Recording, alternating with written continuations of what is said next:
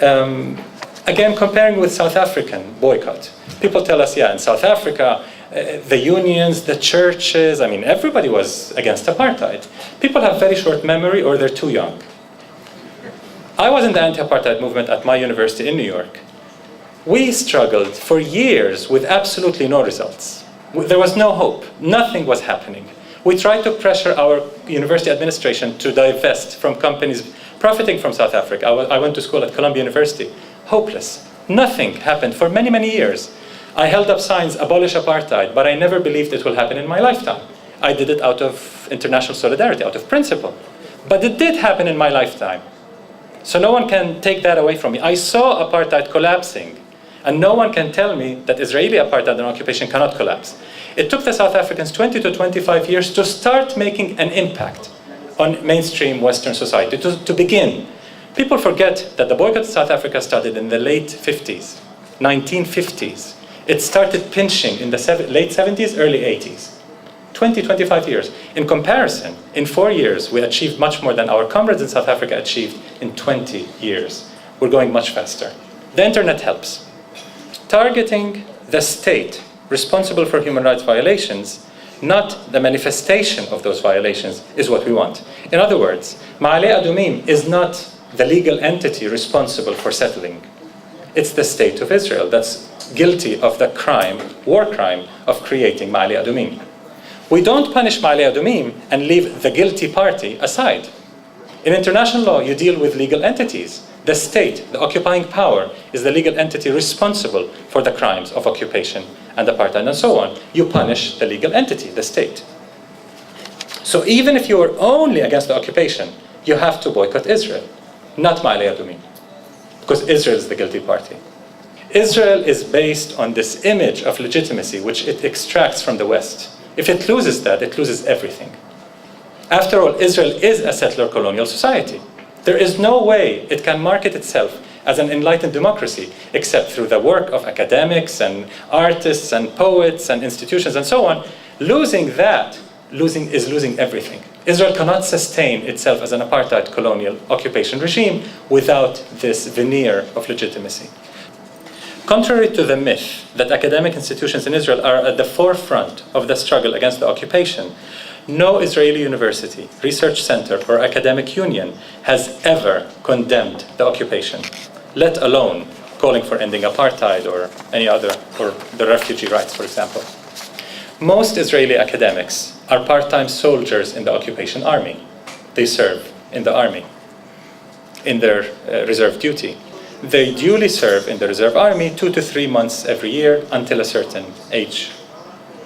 So they're not ignorant about the occupation, let me put it this way. They're either direct or indirect perpetrators of the crimes of occupation. Now I'll go to some arguments against BDS and try to respond to them.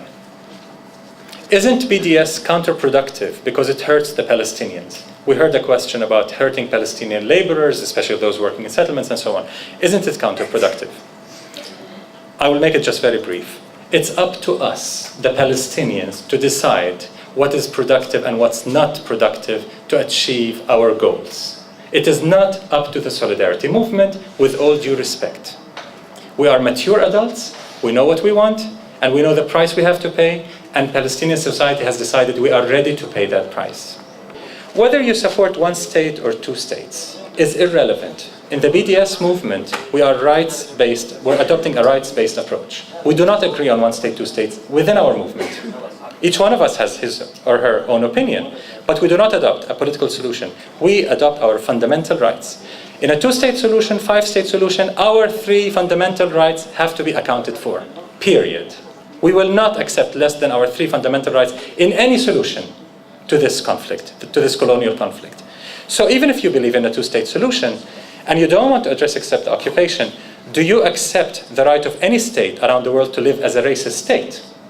So if you end the occupation tomorrow, and Israel remains an apartheid state with a Jewish identity and so on, discriminating against all its non-Jewish citizens, is that acceptable just because it's Israel? I think any human rights advocate, if he or she is morally consistent, should say we oppose the right of any state in the world to exist as a racist state. Every state has to obey international law and basic human rights, including Israel. Finally, and I'm reaching the end here, isn't any boycott of Israel anti-Semitic? I mean, this is the big elephant in the room. Actually, this accusation is itself anti-Semitic, as it assumes that criticism of Israel or any action against Israeli oppression by necessity is an attack against all Jews. What's implied here is that all Jews have one monolithic view in support of Israel and Zionism and are collectively responsible for the crimes committed by Israel. That is the dictionary definition of anti-Semitism. Our movement is anchored in universalist, international law, human rights, principles that apply to everyone. We're against all forms of racism, including anti-Semitism, Islamophobia, and all the other forms.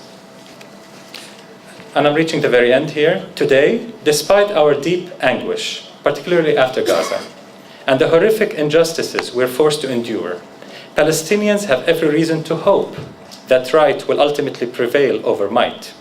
The global BDS movement for Palestinian rights presents not only a progressive, anti-racist, moral and effective form of nonviolent resistance, but a real chance of becoming the political catalyst and moral anchor for a strengthened, reinvigorated international social movement capable of upholding the primacy of international law and reaffirming the rights of all humans to freedom, equality, and dignified living. Our South Africa moment has finally arrived. Thank you.